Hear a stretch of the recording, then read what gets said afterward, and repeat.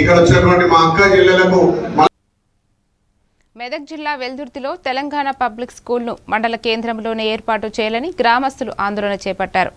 విద్యా సంస్థలను స్వచ్ఛందంగా మూసివేసి నిరసన తెలిపారు. స్కూల్ను కుక్కునూరుకు తరలించే ప్రయత్నాలు విద్యార్థుల ప్రయోజనాలకు విరుద్ధమని పేర్కొంటూ మండల కేంద్రంలోని ఏర్పాటు చేయాలని ప్రభుత్వాన్ని డిమాండ్ చేశారు. డిమాండ్ నెరవేరే వరకు ఉద్యమం కొనసాగిస్తామని హెచ్చరించారు. ఎలాంటి పార్టీలు కాదు, వెల్దుర్తి యువత మొత్తం ఈ రేపు పొద్దుగల పిల్లల భవిష్యత్తు గురించి నేను ఖచ్చితంగా ముందుకుండి ఈ విజయవంతం ఈ సక్సెస్ ని మా వెల్దుర్తికి వచ్చేదాకా మేమైతే వదిలిపెట్టాం సార్. ఖచ్చితంగా దీనికి మీ అందరూ సహకారం. విద్యార్థులకు తెలియజేయనది ఇందాక శేఖర్ చెప్పినట్టుగా ఇలా మీరు కుక్నూరులు కూడా ఉండొచ్చు, మీరు ఆయనతో మనసు నొప్పించుకోవద్దు.